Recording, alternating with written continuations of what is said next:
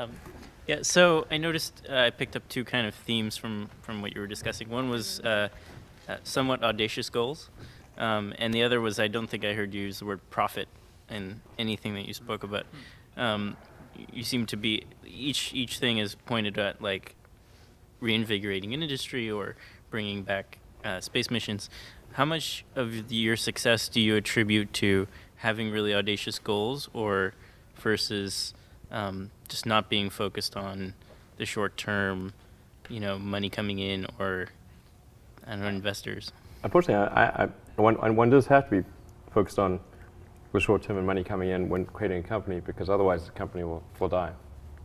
So I think that a lot of times people think like creating a company is going to be fun. I would say it's not. It's really not that fun. I mean, there are periods of fun, and there are periods of where it's just awful. And particularly if you're the CEO of the company, you actually have a distillation of all the worst problems in the company.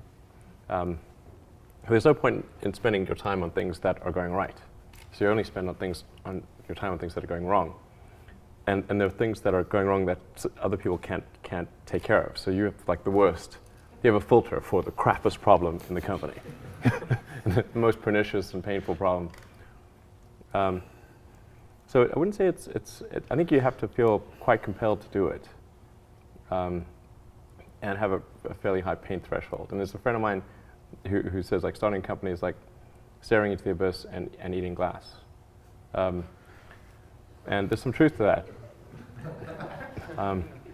The staring into the abyss part is that you're going to be constantly facing the extermination of the company, because most startups fail. It's like 90%, arguably 99% of startups fail. So, that's the staring into the abyss part. You're constantly saying, okay, if I don't get this right, the company will die.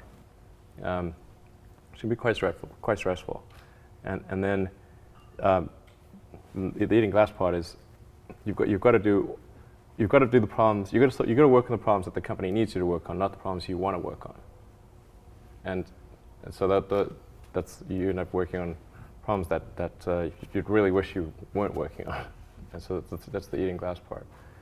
And that goes on for a long time. So how do you keep your focus on the big picture when you're constantly faced with, we could be out of business in a month?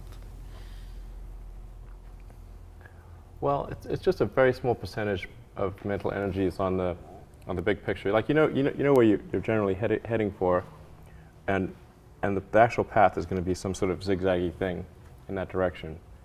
And try not to deviate too far from the path that you want to be on, but you're going to have to do that to some degree.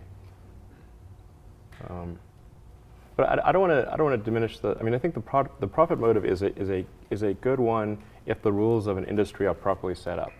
So there's nothing fundamentally wrong with profit. In fact, profit just means that people are paying you more for whatever you're doing than you're spending to create it.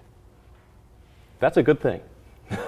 and if that's not the case, then you'll be out of business, and rightfully so, because you're not adding enough value.